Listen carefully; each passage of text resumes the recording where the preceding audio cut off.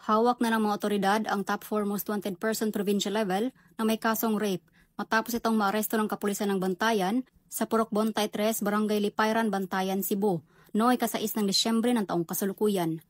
Kinilala ni Police Lieutenant Colonel Julius Tuban Garcia, officer in charge ng Bantayan Municipal Police Station, Cebu Police Provincial Office, ang wanted na suspect na si alias Tata, 26 anyos, na residente ng naturang lugar.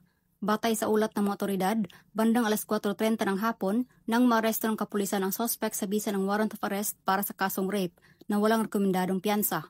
Samantala, kasalukuyang nasa kustodiya ng Bantayan MPS ang suspect para sa dokumentasyon at tamang disposisyon. Meron po tayong nahuli for the crime of rape by virtue of warrant of arrest through our intel-driven operation o Bantayan Municipal Police Station tracker team kasama ang Regional Intelligence Unit 7 na ang ating akusado ay ranked as top 3 most wanted person of municipal level and top 4 provincial level. Mensahe po namin sa ating mga kababayan na ang Bantayan PNP ay seryoso sa pagpapatupad ng ating saligang batas, lalo na sa implementasyon ng mga may warrant of arrest. Ang matagumpay na pagka-aresto ng suspect ay patunay ng Bantayan PNP ng kanilang mas pinaiting na pagpapatupad ng batas upang mapanatiling ligtas at payapa ang komunidad. Alinsunod sa direktiba ni Police Lieutenant General Jose Melencio Sinaratates Jr., Acting Chief, Philippine National Police.